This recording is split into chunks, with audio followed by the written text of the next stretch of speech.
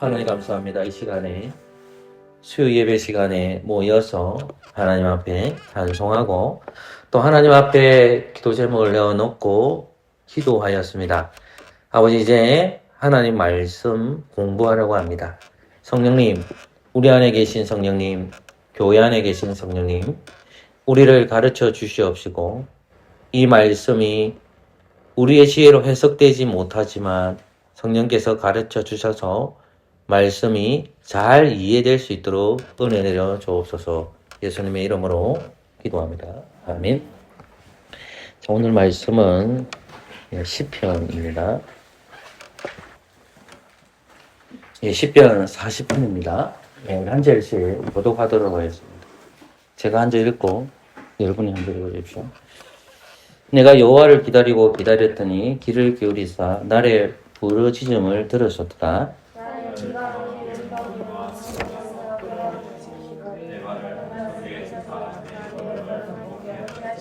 새 노래 곧 우리 하나님께 올릴 찬송을 내 입에 두셨으니 많은 사람이 보고 두려워하여 여호와를 의지하리로다. 여호와를 피하고 교만한 자와 거짓에 치우치는 자를 떠오지 아니하는 자는 복이 있도다.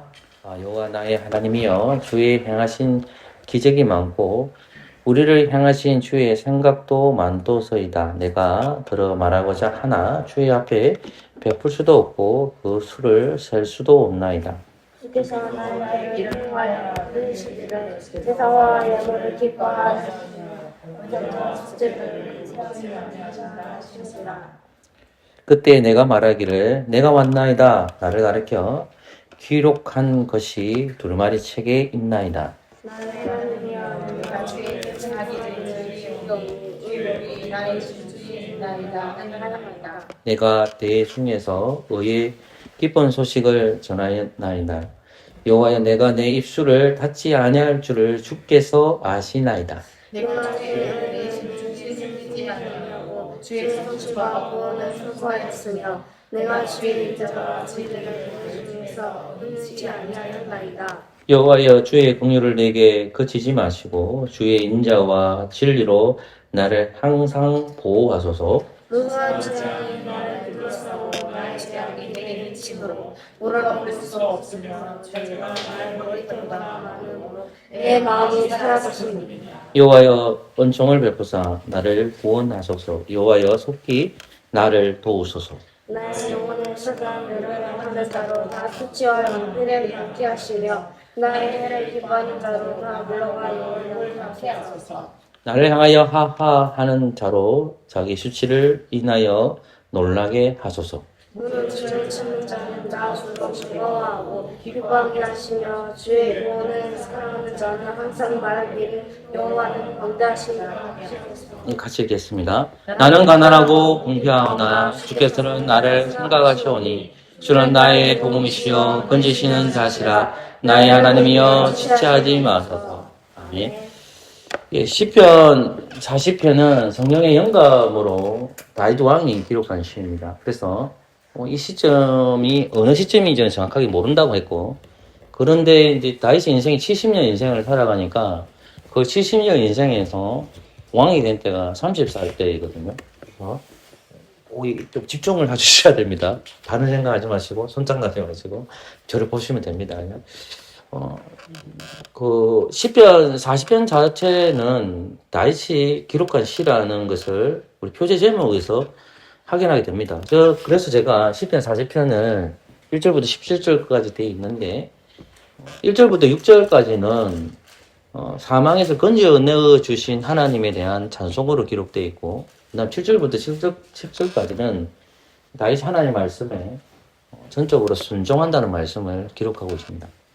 그리고 이제 11절부터 16절까지는 뭐냐면 고난 중에서도 나는 하나님 앞에 기도하고 있다는 내용을 다루고 있고 마지막 이제 17절은 하나님께서 반드시 나의 기도를 들어주실 것이라는 확신을 가지고 마치고 있습니다. 지난주에 우리는 시편 40편 1절 말씀을 묵상했는데 오늘은 이제 시편 40편 이제 2절만 제가 좀 살펴보려고 합니다.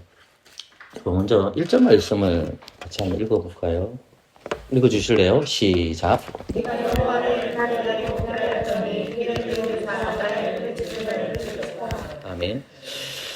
시편 40편에 보면 다윗이 하나님 앞에 기도하는 것이 이제 기다리고 있다는 말인데 그 기다리고 기다리다는 말이 이 기다린다는 말 두 번을 반복하고 있고 말은 근데 굉장히 많이 오랫동안 하나님을 기다렸다는 말입니다. 그런데 기다리고 있는데 그 기다림에서 다윗이 하는 행동이 뭐냐면 그가 부르짖음이라는 거죠. 그러니까 내가 기다리는데 부르짖는다라는 말입니다. 그러니까 우리가 하나님 앞에 나아갈 때에 기다린다는 것이 왜냐하면 하나님은 우리에게 뭘 얘기하냐면 기도하라고 하거든요. 그러니까 여러분들이 신약 성경이나 구약 성경에 보면 기도하는 사람을 보시면 구약 성경에 기도하는 자는 대부분 언약 백성들도 기도하지만은 중보자와 연결이 많이 되어 있어요. 이스라엘 백성들도 기도하지만 제가 드리고 싶은 말씀은 기도하는 자가 중보자와 연결되어 있다고요. 그 중보자가 누굽니까? 왕, 제사장, 선지자들이 누구에게 기도하는 거예요? 하나님 앞에 기도하죠. 누구를 대표했어요? 이스라엘 백성을 대표해서. 근데 신약 성경에 가면 기도하는 것이 교회와 연결되어 있습니다. 이 교회는 성령님이 거하시는 자는 다 교회죠. 그럼 누구 이름으로 기도합니까? 예수님의 이름으로 기도하죠. 예수님의 이름으로 기도하는 이유가 뭐예요? 예수님이 우리 뭐기 때문에? 참 집이시고 참 성전이시기 때문에 그리스도 이름으로 기도하여만 참 성전이 중앙성소가 누가 된 거예요? 예수님이 되셨기 때문에 그걸 기도하는 거예요. 그러니까 신약 시대에는 모든 성도들이 대부분이 기도하라고 나오죠. 물론 구약에도 있지만은 자 그러면 다윗은 어떤 이스라엘 백성으로서 기도하는 것이 아니라 다윗의 기도는 항상 어떤 생각을 가져야 되죠? 중보자로서 기도했다는 거죠. 그럼 중보자로 기도했다는 것은 장소 오실 누구의 그림자입니까? 예수님이죠. 그러면 예수님도 부르짖죠. 예수님이 공생애 가운데 부르짖는 기도가 많이 있어요. 근데 특별히 예수님이 부르짖는 기도는 절제되어 있죠. 그게 뭐냐면 예수님이 사도들을 선택할 때도 산에 올라가서 뭐 합니까? 기도하셔서 사도들을 선택하죠. 그리고 예수님 십자가 도상에서 어떻게 하시죠? 기도하시죠. 십자가 도상 가시기 전에 겟세마네 동산에서 뭐 하시죠? 기도하죠. 그럼 예수님께 습관을 따라 어디 올라갔다 갑니까? 산으로 갔다 가거든요. 그 산으로 갔다는 말은 뭐 하러 갔다는 말입니까? 기도하러 갔다 갑니다. 그러니까 예수님도 하나님 앞에 기도하는 거죠. 그러면 예수님이 기도하셨다. 다윗이 기도했다. 다윗이 기도했다. 그리고 예수님이 기도했다. 공통점이 뭐냐 했을 때 기다림이죠. 근데 공통점이 뭐냐 하면 누구에게 기도한 거예요? 그 대상이죠. 예배의 대상. 누굽니까? 기도의 대상이 정해져 있죠. 누굽니까? 하나님. 하나님 아버지 앞에 기도하는 거죠. 그러니까 다윗이 하나님 앞에 간구했고 예수님이 하나님 앞에 간구했고 동일하게 우리는 가만히 하나님 오실 거다 생각하시면 안 됩니다. 누구를 찾아야 되죠? 하나님을 찾아야 된다. 그것은 무엇과 연결되어 있죠? 기다림. 그럼 그 기다림이라는 것은 기도와 연결되어 있죠. 그러면 교회의 뜻이 이루어지는 것이 아니고 누구의 뜻이 이루어지는 겁니까? 하나님의 뜻이 이루어지도록 기도하는 거예요. 우리가 기도할 때 그러면 우리가 하나님의 뜻을 알고 기도해야 되잖아요. 그럼 하나님의 뜻은 어디 있어요? 여러분 앞에 놓여있는 성경책이에요. 가장 간단하게 성경을 요약한 것이 사도신경이에요. 쉽게 설명하면 성부, 성자, 성령 하나님의 뜻대로 기도해야 돼요. 그러니까 우리의 소원이 이루어지는 게 아니에요. 그러니까 우리 소원이 이루어지는 것이 아니라 누구의 소원이 이루어지는 겁니까? 저와 여러분들은 그리스도의 몸이 됐죠. 교회가 돼버렸잖아. 그러니까 하나님의 자녀가 됐고 우리가 신부가 되었으니까 아버지의 뜻대로 기도해야 된다는 겁니다. 이해되시겠죠? 그럼 똑같이 다윗이 기도했다는 것은 창조오신 그리스도의 그림자이고 그 그림자에서 그리스도께서 성취하셨고 그분이 기도하신 자로서 이제 어떻게 하늘로 올라갔죠. 이제 교회에서 기도한 사람이 누구예요? 세상을 위해서 교회 안에서 기도한 사람이 누굽니까? 교회, 성도들, 목사들 그분들이 누구의 이름으로 기도하는 겁니까? 예수님의 이름으로. 기다림 속에서 가만히 있는 것이 누구를 찾는 겁니까? 하나님을 찾는 거죠. 그것이 다윗의 기도가 연결됩니다. 그것은 부르짖음입니다. 하나님 앞에 나와서 부르짖으라는 겁니다. 부르짖으라는 말은 소리를 질렀다는 말입니다. 제가 말하는 것은 힘차게 헤비메탈처럼 그랬다는 말이 아니라 그 부르짖음이라는 것은 의미가 있다는 거죠. 의미 없이 부르짖었단 말이 아닙니다. 근데 이거는 조심해야 돼요. 우리가 기도원에 가거나 목사님들이 기도의 동기를 부여해 주기 위해서 기도 삼창을 하거든요. 그 기도 삼창하는데 누구 이름을 삼창합니까? 예수님 이름 부르든가 하나님 이름 부르든가 그 삼창을 하거든요. 굳이 그럴 필요는 없어요. 근데 제 뜻은 우리 속에 그런 마음들이 굳이 왜 삼창을 하지? 라는 생각할 수 있잖아요. 저는 할 수 있다 생각하고 저도 그렇게 생각했으니까. 근데 이제 우리가 알아야 될 게 뭐냐면 그만큼 뭐 하라는 걸까요? 기도하자는 거예요. 근데 그거는 중요하게 봐야 돼요. 제 드리는 말씀은 기도 삼창 이게 저는 문제 있다고 보지만 그럼에도 불구하고 우리 속에 기도를 안 하려고 하는 마음이 자리 잡을까 안 잡을까요? 자리 잡을 수 있죠. 그러니까 하나님 앞에 부르짖는 거 나와서 하나님 부르짖는 것은 저와 여러분들이 동일하게 해야 된다. 근데 그 부르짖음이 어디서 부르짖음이라는 거죠. 그러니까 부르짖었는데 어디서 부르짖는 어디에서 나를 구원해 달라는 겁니까? 그것이 이제 2절에 언급되고 있어요. 2절 내용이 상당히 이제 해석할 부분이 너무 많아요. 그러니까 2절 말씀 볼까요? 한번 시작. 내가 기가 막힌 웅덩이와 성에서 허락을 주시고 내 마음을 근성에 주사 내 걸음을 행복해 하셨도다. 아멘. 저는 이제 여러분에게 10편, 40편 1절을 다룰 때에 신약 본문을 제가 하나 다뤘던 본문이 있습니다. 그것이 이제, 누가복음 18장이었죠. 누가복음 18장에도 나오고, 마태복음 20장에도 나오고, 마가복음에 나온다 했습니다. 근데, 예수님께서 여리고성을 지날 때에 그 소경이 2명이라는 부분도 나오고 있어요. 근데 그 중에 한 사람이 바디메오라는 사람이에요. 그럼 그 바디메오가 맹인이에요. 눈먼 자였단 말이에요. 그러면 여리고성을 지난다는 소식을 들었을 때 바디메오 할 수 있는 게 뭘까요? 그가 하나님을 찾아야 되는데 누구 이름을 부릅니까? 다윗의 자손이요. 라고 부르죠. 그러면 그 다윗의 자손이라고 부른 것은 그가 구약을 알고 있다 모르고 당연히 구약을 알고 있으니까 나의 눈을 뜨게 해달라는 거예요. 그래서 주님께서 그 소원을 들어줍니까? 안 들어줍니까? 들어주시죠. 그 눈이 열린 거예요. 여기 중요한 것은 눈이 열렸기 때문에 그 사람은 우리가 생각할 때 병 고침을 받고 싶은 사람들은 여러분들 지병이 있으면 병 낫고 싶지 않아요. 저는 그걸 고발하는 목사는 아니에요. 병 나을 수도 있죠. 중요한 건 뭘까요? 구원과 관련되어 있는 겁니다. 이 눈먼 자가 누구의 이름을 기도한다는 말입니까? 누구의 이름으로 기도해? 다윗의 자손이여 하면서 부르짖었죠. 그럼 지나갈 때 누가 듣는 거예요? 예수님께서 들으신 거죠. 그러면 이 사람은 메시아를 바라본 사람입니까? 바라보지 못한 사람입니까? 바라봤죠. 그러면 그가 하나님과의 비참함이 회복된 것을 먼저 생각하지 병에서 회복된 걸 먼저 생각하시면 안 돼요. 이해되겠습니까? 우리는 뭐에 집중하냐면 구원받았다는 것보다도 뭐 나았다는 거 집중할까요? 병 나았다. 병 나았다면 집중하는 거. 물론 그것도 하나님 은혜입니다. 근데 더 중요한 건 뭐예요? 구원이에요, 구원이요. 그거 뭐 받았다? 구원받았다는 거예요. 그러니까 구원받았다는 첫 시작이 뭐냐면 부르짖음이죠. 그러면 제가 아까 말하는 누가복음 18장에 나오고 마태복음 20장에 나오고 마가복음 10장에 언급되어 있던 이 바디메오 한 소경 또는 그 소경이 사실은 어딥니까? 이제 10편 40편 2절에 보면 기가 막힌 웅덩이와 수렁에서 끌어올리시고 내 발을 반석에 두사 내 걸음을 경고케 하셨도다. 이게 어느 정도 이해가 되셔야 돼요. 왜냐하면 지금 이제 다윗도 그러면 어떤 어려움이 있는데 그걸 비유로 적어 놓은 거예요. 그거 뭐라 부르면 두 가지 단어로 섞여 있죠. 기가 막히게 뭐가 되어 있어요? 웅덩이. 그 다음 뭐가 되어 있습니까? 수렁이죠. 자, 동등점이 뭐냐면 기가 막힌 웅덩이가 수렁이에요. 그러니까 한마디로 얘기하면 어떤 상황이 있는데 다시 그 상황에서 어째서 다시 이제 기가 막힌 뭡니까? 어디에 빠져 있다는 거죠. 그죠?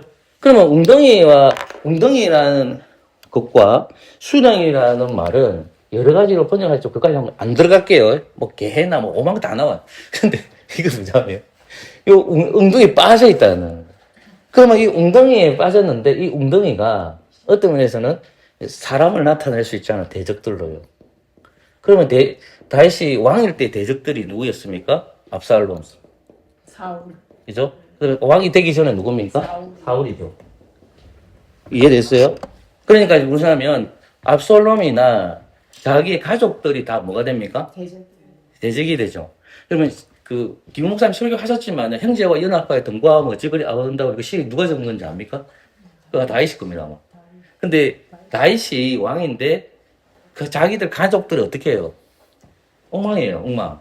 근데 형제와 연합하고 동거하면 어떻게 됐죠? 선하고 아름다고 이렇게 마친다고 됩니다. 그럼 보세요. 압살롬이 대적이죠. 그러면 이 대적을 어떻게 표현하고 있냐면 다윗은 여러 가지 비유 가능합니다. 보세요. 웅덩이와 뭐로 얘기하는 겁니까? 수렁으로 표현하는 거예요. 근데 이 웅덩이에서 대적들이 있는데 포위를 한 거라. 그러면 넣을 수 있어요? 못 넣을까요? 사람 힘으로 안 된다는 거예요. 기가 막힌 웅덩이라는 말은 인간의 능력으로 넣을 수 있다, 없다? 없다. 수렁이라는 말은 넙지대예요. 빠져 들어가기 때문에 인간 힘과 능력으로 할 수 없다는 거예요. 그러면 지금 다윗이 빠져 있는데, 요 수렁덩이 이렇게 빠져 있는데, 요거를 누군가 건져내 줘야 되잖아요. 그죠? 누가 할 수 있다는 말입니까? 그게 하나님 할 수 있다는 거예요. 그러니까, 근데 요걸 건져내 줘야 되는데, 이 수렁덩이가 뭘로 바뀌는지 압니까? 건져내 주니까? 하나씩 본다고. 본문 잘 보세요. 그냥 문자 그대로. 자, 기가 막힌 웅덩이와 수렁에서 끌어올리시고 내 발 어디? 반석 위에. 그럼 보세요. 수렁에서 건져내 주셨어. 내 발을 어디 두셨다? 반석 위에 두셨다라는 거예요.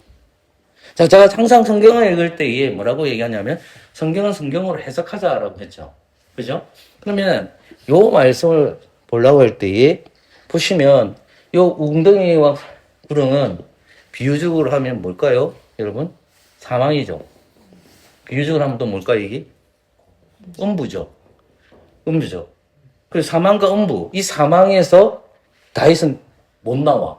빠져 있어요. 중요한 건 이 사망을 누가 빠뜨렸을까요? 하나님입니다. 항상 잊지 말아야 돼요. 사망을 누가 빠뜨렸죠? 하나님 빠뜨린다니까. 그게 여러분의 생활 속에서 사망은 옆에 있을까요? 멀리 있을까요? 옆에 있어요. 그리고 사망이 나를 어떻게 해요? 정복을 해요. 근데 그 정복 당하면 안 돼. 근데 그 사망이라는 것을 누가 집어넣느냐는 거예요. 누가 집어넣었다? 하나님 집어넣었다. 그럼 예수님은 이 땅에 오셨죠. 그죠? 근데 하나님 아버지께서 예수님 어디로 인도합니까? 어디로 인도해요? 33세까지. 계속 어디로 가요? 십자가로 가죠. 그게 뭐예요? 죽음이잖아요. 그게 뭐예요? 사망이잖아요. 사망. 자꾸 인도하는 거예요. 그러니까 똑같이 지금 다윗도 하나님의 메시아의 그림자잖아요. 그죠? 그 메시아의 그림자인 다윗이 자기를 비유하고 있는데 어떻게 보냐면 지금 나는 웅덩이에 빠져 있다. 기가 막힌 웅덩이와 수렁이 있다는 거예요. 이건 자신의 힘을 못 나오는 거예요. 근데 우리가 생각이 될 게 뭐냐면 그걸 누가 집어넣는다고 말합니까? 하나님이죠. 근데 1절과 관련이 있죠. 이거 회복자신 유일한 방법이 뭐예요? 웅덩이와 수렁에 빠져나오는 방법이 뭡니까? 그 1절이에요. 그 뭐예요? 기도합니다. 그게 뭐래요? 기도입니다. 기도를 하셔야 됩니다. 웅덩이와 수렁에 빠졌지만 기도하는. 그러면 예수님께서 자신이 걸어가는 길이 예수님이 한 살 때부터 33살까지 사셨다 때에 공생애는 30살부터 33세까지잖아요. 그럼 예수님 걸어가시는 게 공생애가 공적인 생애라. 그럼 예수님 마지막 에 하는 게 뭐예요? 십자가잖아. 그러면 십자가 가는 길을 누가 가게 하신 거예요? 하나님이 가게 하셨지. 그럼 하나님께서 예수님 뭘 만들어 가는 거예요? 사망을 행동하는 거예요. 그럼 예수님은 그 사망의 길을 걸어가시는 거예요. 근데 사망의 길을 가는데 예수님 반드시 해야 될 게 뭐예요, 이게? 기도죠. 그럼 예수님 십자가 도상에서 뭐 해요? 기도하신다. 누구에게? 하나님 앞에. 무슨 마음으로? 간절한 마음으로 하나님 앞에 기도하고 있다는 사실을 우리는 확인하게 되죠. 이건 늘 봤던 구절 중 하나입니다. 제가 이 구절은 자주 언급하고 다른 구절에 잘 안 나타나요. 히브리서 5장 10절 한번 보실래요? 히브리서 5장 7절입니다. 5장 7절 우리 한번 예슬이가 한번 해볼까요? 5장 7절 예슬이가 한번 해볼까요? 조금만 더 맞출게요. 읽어주세요. 자식에게 자기를 지kum해서 구원하실 이에게 심한 통곡과 눈물로 강구와 소망을 울렸고 그의 경외하시는 이나 들으심을 얻으시는 아멘. 이 그는 누굽니까? 예수님. 예수님이 육체에 계실 때에 자기를 죽음에서 능히 구원하신 이에게 누구죠? 하나님 아버지에게 심한 통곡과 눈물을 못했죠? 간구하죠. 간구했다는 거예요. 그런데 그의 경외하심을, 그러니까 그의 경외하심을 권하는 누구예요? 예수님이 경외하신, 누굴 경외했단 말입니까? 하나님을 경외했다는 거예요. 그러니까 그 경외하는 모습을 보시고 하나님께 거의 기도를 들어줬다, 안 들어줬다? 들어주셨다. 들어주셨다. 자, 그러면 예수님께서 십자가 도상 위에서 성부 하나님 앞에 기도합니다. 맞죠? 근데 그 십자가는 뭐예요? 죽음이죠. 사망이죠. 그죠? 그분이 어디까지 내려갔죠? 사도신경에 보면 엄부에까지 내려가신 거예요. 그 엄부에서 하나님께서는 누구의 기도를 들으시고 그를 건져내 주시죠? 아들의 기도를 들어주셔서 그걸 어떻게 합니까? 사망에서 끄집어내 주셨죠. 성부가 한 거예요? 성자가 한 거예요? 그렇죠. 성부 하나님 한 거라고. 그러니까 다윗도 어떻게 한 겁니까? 지금 장차 오실 그리스도의 예표니까 1절에서 뭐라고 합니까? 기다리고 기다려고 그 다음에 뭐합니까? 하나님 앞에 나의 불을 지졌다 돼 있죠. 근데 다윗 상은 어떤 상이에요? 지금 그가 웅덩이에 빠져 있어요. 아무도 안 구해줘요. 그냥 누가 구원해 주죠? 하나님이 어느 날 갑자기 누굴 땡깁니까? 들어오셔서 끄집어내 주시는 거예요. 하나님 끄집어내 주시는 거예요. 이해됐어요? 끄집어냈는데 어디 앉힌 거예요? 반석에 놨죠. 자, 웅덩이에서 어디 됩니까? 반석. 그럼 반석이라는 단어와 웅덩이라는 단어와 수령이라는 단어는 같은 단어죠. 단어가 같다는 말 아닙니다. 제 말은 의미가 같죠. 웅덩이와 수령이라는 말은. 이건 좋은 의미, 안 좋은 의미예요. 안 좋은 의미죠. 이 반석 어떤 의미예요? 좋은 의미죠. 그러면 대비되죠. 그러니까 요거는 고난이겠죠. 이건 뭐겠어요? 부활과 관련되겠죠. 그러면 이 반석이라는 것을 어떻게 해야 돼요? 그냥 넘어가지 마라. 반석을 찾아내야 되죠. 그럼 성경에서 반석이 나오죠. 우리 반석 엄청 많이 했잖아요. 공부를 너무 했죠. 성경에서 반석은 주로 뭐로 사용됩니까? 의미가 뭐예요? 성경에서 반석의 뜻은 뭡니까? 안전. 그죠? 성경의 안전, 그거 뭡니까? 또 보호하심. 근데 만약에 사람으로 뜻하면 이게 반석은 뭐죠? 예, 예수님 맞습니다. 하나님으로 일단 볼게요. 한 구절만 찾아볼게요, 이거를. 조금만 더 할게요. 시편을 가보겠습니다. 시편, 18편 가볼까요? 시편 18편. 이거 중요한 것들이라서 2절. 우리 한 소절씩 읽어볼까요? 18편 2절. 읽어보실래요? 나는 나의 반석이시오 나의 요새이시오 나를 건지시는 자시오 나의 하나님이시오 나의 피할 바이시오 나의 방피시오 나의 구원의 뿔이시오 나의 산성이시오. 아멘. 보시면 그 다윗의 18편에 보면 그 누가 적었다고 적혀 있어요? 다윗이죠. 그 다윗이랑 기억해야 돼요. 자, 보시면 다윗이 18편 2절에서 여호와는 뭐다? 나의 반석이다 되겠어. 그다음 쭉 뒤에 가면 여호와는 나의 반석이지만 나의 피할 뭐야 됐죠? 바위시다. 그러니까 바위가 뭐냐면 보호를 해주고 안식 지어야 돼. 근데 이 반석이 누구라는 말입니까? 하나님이시다라는 거예요. 근데 19편 가보세요. 그 다음 19편에 14절 우리 은정 선생님께서 읽어볼까요? 14절. 나의 반석이시여 나의 구속자이신 여호와여 너희들 내가 마음에 묵상의 그 앞에 내가 되기를 원하나이다. 아멘. 19편 4절에 보니까 나의 뭐 됐죠? 반석이시여 됐죠. 이 10편, 19편 누가 기록해서 빨리 보세요. 누가 적혀있죠? 누구를 하세요? 다윗이죠. 그럼 다윗이 지금 자꾸 누구를 언급해요? 반석. 자꾸 의도적으로 반석을 언급해요. 그러면 다윗이 반석을 언급했다는 것은 반석을 언급했다는 것은 과거에 어떤 반석의 이미지가 나타나겠지. 과거의 이미지 어떤 이미지가 있죠? 과거에 모세 오경이 기록한 본문 중에 어디 보면 기억이 떠오릅니까? 아예 안 떠오릅니까? 아예 떠올라요. 엄청나게 즐겼는데. 고맙습니다. 잠깐 없어서. 출애굽 17장. 출애굽 17장에 가면 아말렉과의 전투를 벌여요. 근데 그 앞에 보면 이스라엘 백성들 뭐 불평을 해요. 뭐 불평합니까? 물을 달라고 하잖아요. 근데 예수님 근데 물을 주시죠. 하나님께서. 근데 어디 서라고 합니까? 모세 보고? 반석 위에 서라 하잖아요. 그 반석을 이렇게 합니까? 치라 하잖아요. 그 반석 치니까 뭐가 나와요? 물이 나와요. 그리고 이제 아말렉과 전투를 해. 이스라엘 백성들은 밑에서 싸워. 아론과 훌과 모세는 어디로 가? 산으로 나갔죠. 근데 손이 내려와. 이거는 내려오니까 어떻게 합니까? 그 아론과 훌이 옆에 보니까 돌이 하나 있다고. 그 돌을 누구에게 갖다 줘요? 모세한테 갖다 줘. 그 모세가 그 위에 앉아요. 반석 위에 서서 있는 거예요. 이렇게 서가 있는 거예요. 그 물을 줄 때도 어디냐면 반석 위에 서가 있어요. 누가? 모세가 서가 있는 거예요. 그러면 이 반석이라는 거 자꾸 따라다니까요? 안 따라다니까요? 모세를? 따라가요. 자꾸 반석이 나와. 근데 시편 18편을 보고 시편 19편을 보니까 그 반석이 뭐다? 하나님이시다. 하나님이시다. 반석이 뭐다? 하나님이시다라고 하는 거예요. 그러면 사도 바울 선생님께서 이제 고린도에서 이 말씀 하시죠. 그거 좀 한번 보고. 고린도전서 10장 4절. 고린도전서 10장 4절. 10장 4절.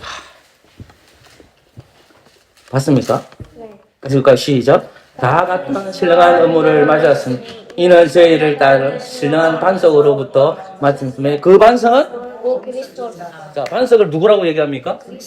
자, 예수님이 아직 오시지 않았지만 지금 하나님께서는 이 반석을 통해서 누구를 보여주는 겁니까? 예수님이 오시는 거죠. 그러니까 그 반석에서 터지는 거야. 반석이 터졌으니까 뭐가 나오는 거예요? 물이 나왔죠. 그러면 터지는 거 내가 뭐라고 했습니까? 옛날에 고난. 예수님 뭐 받으러 오셨다? 고난 받아야만 누굴 보내주는다? 물이라는 성령이란 말입니다. 성령이를 가르쳐요. 그러니까 지금 고린도전서 10장에 보면 사도 바울 선생님이 고린도 교회에 가르쳐 주는 거예요. 그들에게 이 반석이 누구다? 예수님이다라고 하잖아요. 근데 지금 사망의 구렁텅이에 있는 그가 하나님 앞에 기도했어요. 그래서 하나님 건져내셔서 어디에 앉으신 거예요? 반석에 앉았죠. 그 반석은 누굽니까? 하나님이십니다. 하나님. 반석이 누가 서 있죠? 지금 반석에 누가 서 있죠, 지금? 다윗이 서가 있잖아요. 이 모습이 마태복음 보면 어디 나와요? 예수님 공생했대. 어딥니까? 생각 안 납니까? 예? 언젠가 빨리 맞출까? 예, 점점 예뻐지고 있는데. 하지 말았네요. 자, 마태복음 16장 가볼게요. 마태복음 16장.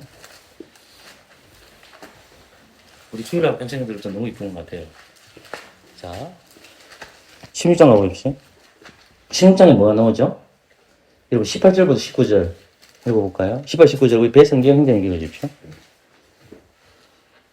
오 내가 내게 이르노니 너는 베드로라 내가 이 반석 위에 내 뇌를 세우니 인구의 권세가 이기지 못하리라.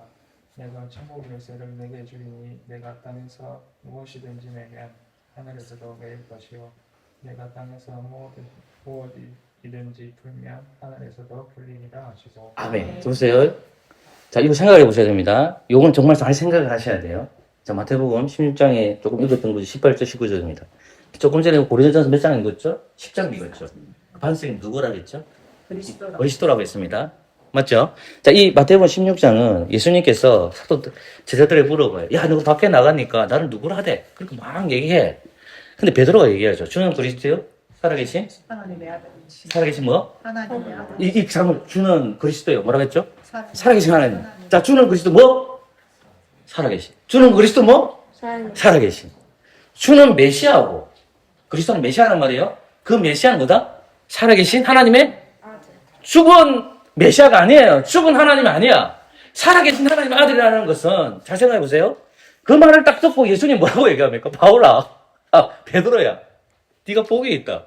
야, 네가 그 고백하는 것은 네 스스로 하는 것이 아니라 우리 아버지께서 뭐 하셨다? 가르쳐 주셨다. 이 다르게 표현하면 성령께서 가르쳐 주셨다는 거죠. 그러면 베드로의 신앙 고백은 자기 의지로 넣은 거예요? 하나님 능력으로 넣은 거예요? 하나님의 능력으로 그 고백이 나왔죠. 베드로 고백이 왜 이대하냐면 예수님 뭐하러 오셨죠? 예수님 뭐하러 오셨어요? 여기 마태복음 16장에 보면 예수님 뭐하러 오셨죠? 쉽게 생각해요. 예수님 뭐하러 오셨습니까? 죽으러 오셨잖아요. 죽으러 오셨는데 그분이 다시 뭐야? 부활하실 거라는 거잖아. 베드로가 그것을 알고 고백할지는 모르지만 베드로는 주는 그리스도요 살아계신 분 했습니까? 하나님의 아들입니다. 그분은 죽지 않았습니다. 그분은 부활합니다라고 고백한 거예요. 근데 이 베드로가 나중에 배신하잖아요. 근데 예수님께 그 말씀을 듣고 그 고백을 듣고 18절과 19절 말씀을 얘기해. 자, 근데 18절과 19절 얘기할 때 보십시오. 반석이 나옵니까? 18절에는 나옵니까? 나오죠. 네. 그 다음에 보세요. 내가 이 반석이 내 교회를 세우려니 그 다음 뭐가 나요? 음부의 근세죠. 자, 10편 40편에 보면 웅덩이가 먼저 나와요. 반석이 먼저 나와요. 근데 10편은 그렇게 나와 있는데 요 마태복음 16장은 반대로 나와 있어요. 뭐가 먼저 나와요? 아니지. 반석이 먼저 나오고 고맙습니다. 반석이 먼저 나오고 그다음 뭐가 나요? 음부 건세. 이 음부의 건세는 10편 40편의 무엇과 같은 거예요? 음부의 건세라는 말 아까 제가 뭐라고 했죠? 웅덩이와 수령이죠. 이 음부라는 말이 서울입니다. 서울. 그러니까 음부의 건세라는 말은 문들입니다. 음부의 문들이에요. 음부의 문들이에요. 자, 그럼 음부의 문들이 뭐냐면, 자, 웅덩이를 가리켜요. 기가 막힌 웅덩이라. 이해됐어요? 기가 막힌 웅덩이에요. 그런데 이것을 건져내어 주셔서 어디 앉히겠다는 말입니까? 반석 위에 놓겠다는 거예요. 근데 신앙 고백하는 사람이 누구죠, 여기 있어요? 베드로죠. 베드로 뜻이 뭐예요? 반석이에요. 그럼 무슨 말이냐면, 예수님도 반석이죠. 베드로도 반석이죠. 이 반석은, 베드로라는 반석은 누구에게 연합이 됩니까? 그리스도와 연합이 되죠. 그 말은 주님은 반석으로 오셨는데 누구의 고백 위에 세워진다는 말입니까? 베드로의 고백 위에서 세워진답니다. 그럼 베드로는 어디 서 있는 거죠? 베드로는 지금 어디 서 있을까요? 그럼 잘 생각해 보시면 다윗이 음부에 나와가지고 어디 서 있다? 반석에 서 있듯이 베드로도 어디 서 있을 거다? 반석 위에 세워질 거라는 겁니다. 그럼 우리의 반석은 누굽니까? 그리스도죠. 그죠? 그럼 음부의 건세를 이기셨다는 그 말씀 딱 생각해야 됩니다. 사탄은 끊임없이 우리를 죽이려고 합니다. 근데 음부의 건세 능력은 부활하신 그리스도밖에 없습니다. 예수님 믿지 아니하면 음부의 건세를 이길 수가 없습니다. 그럼 교회는 뭐 어디에 세워져야 되죠? 반석 위에 세워야 돼요. 그럼 누가 높임을 받아야 돼요? 하나님이 높임을 받으셔야 되고 그리스도가 높임을 받으셔야 됩니다. 이렇게 조금 이해가 안 되시면 나중에 또 다음 질문하세요. 여기까지만 공부할게요. 기도하겠습니다. 좋으신 하나님 감사합니다. 음부의 건세를 이기신 삼위일체 하나님, 늘 저희 교회가 그리스도 위에 세워지게 하여 주옵소서. 예수 그리스도 이름으로 기도합니다. 아멘.